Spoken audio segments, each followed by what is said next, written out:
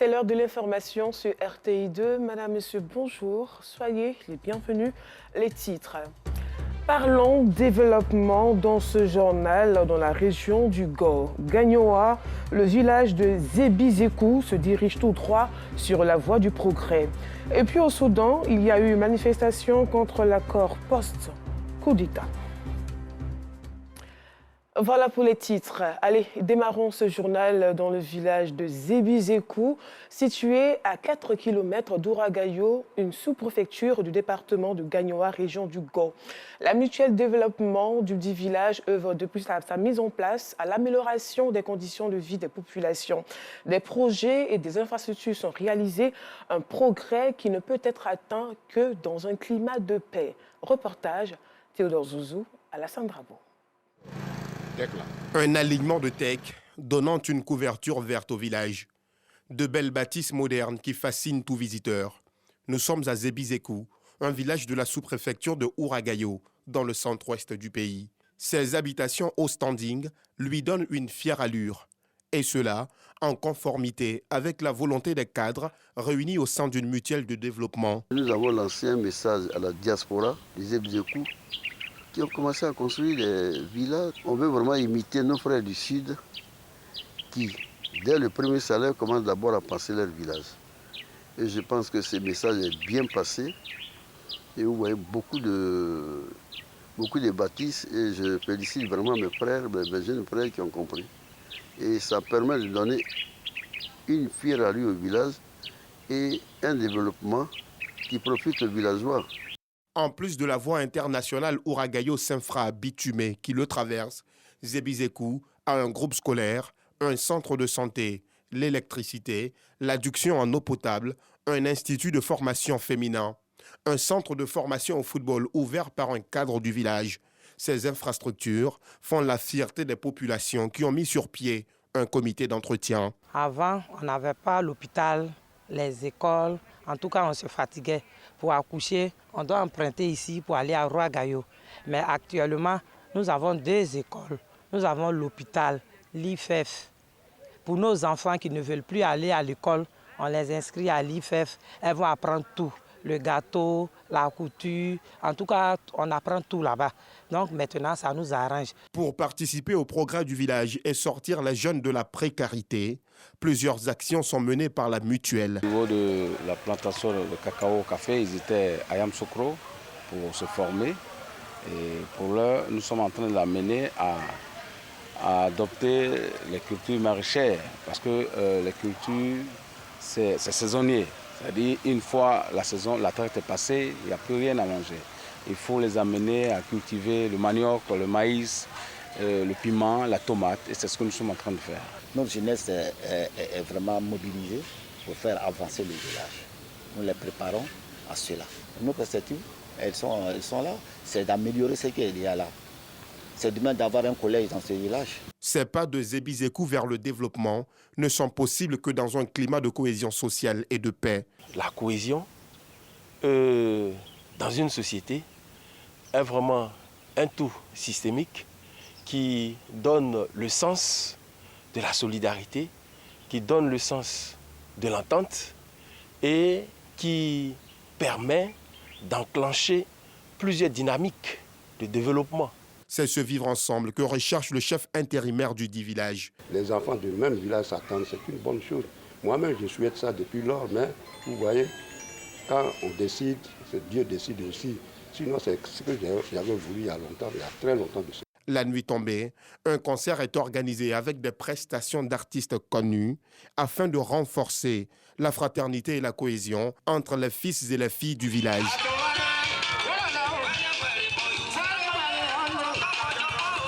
La mutuelle de développement de Zébizekou s'engage pour le développement du village en poursuivant les investissements en vue de l'amélioration des conditions de vie de ces populations dans un climat social apaisé.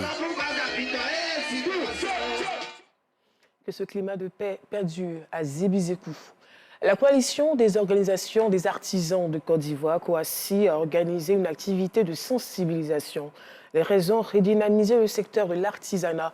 Une rencontre couplée avec l'investiture du nouveau président de la coalition des organisations des artisans de Côte d'Ivoire, Yacouba Koulibaly. C'est sur cette terrasse du grand marché de la Sikoji, dans la commune de Yopougon, que Samuel et Amara exercent leur métier. Ces deux couturiers aspirent à un avenir meilleur. Simplement, il y a temps de me débrouiller aussi un peu, en attendant que je trouve un grand atelier, que je vais bien organiser le travail. Ce sexagénaire est cordonnier depuis maintenant plus de 10 ans. Et depuis, c'est la routine. Et pourtant, il a longtemps caressé le rêve de moderniser son activité, mais les moyens et la formation lui font défaut. À l'heure actuelle, c'est pas trop ça. Parce qu'il y a tellement de brodes, donc nous qui faisons réparation, c'est les trucs plus très cher, le matériel, on ne peut pas payer. Donc nous, on est là, aujourd'hui ça va, demain ça va pas. Je souhaite que si j'ai des aides, je l'ai bien organisé plus que ça. Je connais, mais c'est des moyens qui me manquent. Sinon, tout le monde précise mon travail que j'ai fait, mais c'est des moyens. C'est pour répondre aux attentes des artisans que la coalition des organisations des artisans de Côte d'Ivoire, COACI, a organisé une cérémonie de sensibilisation dans la commune de Yopougon pour une redynamisation effective du secteur de l'artisanat. Le message que nous voudrions lancer, c'est dire aux artisans de Côte d'Ivoire qu'il y a de l'espoir. Dire aux artisans de Côte d'Ivoire que tout n'est pas perdu, parce que nous avons fait un peu le tour des communes du district d'Abidjan et des villes de l'intérieur. Nous avons vu que les artisans sont dans la désolation.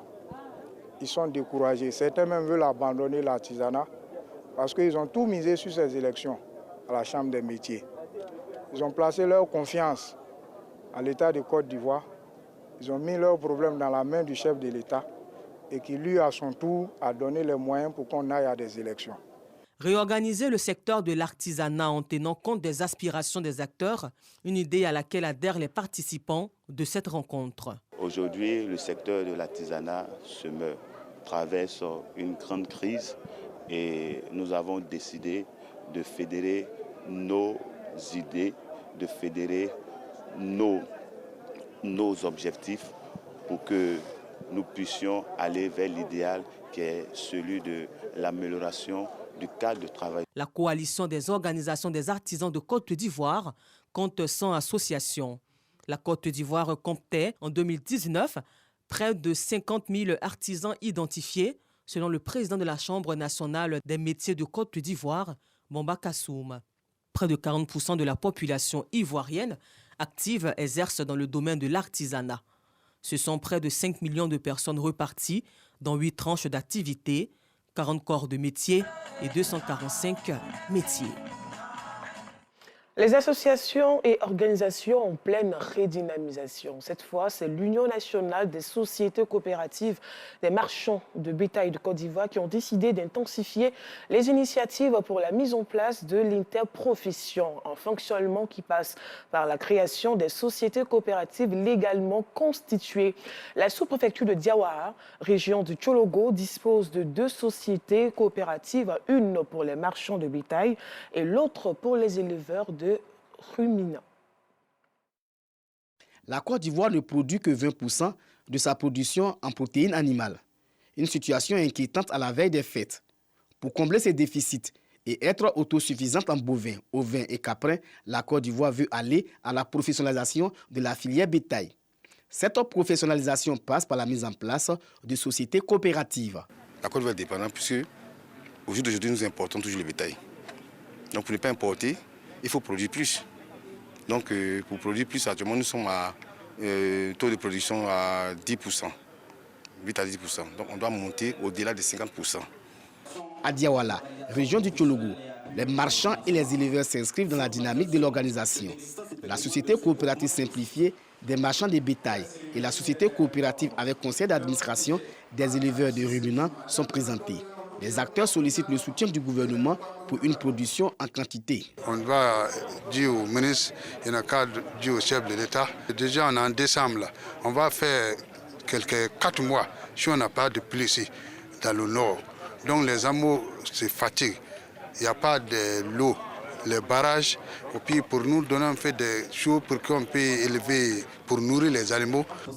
La professionnalisation du secteur n'est pas le seul défi à relever pour produire plus de bœufs, de moutons et de cabris. La mise en place de l'interprofession reste le dernier combat pour le ministère des Ressources animales et halieutiques.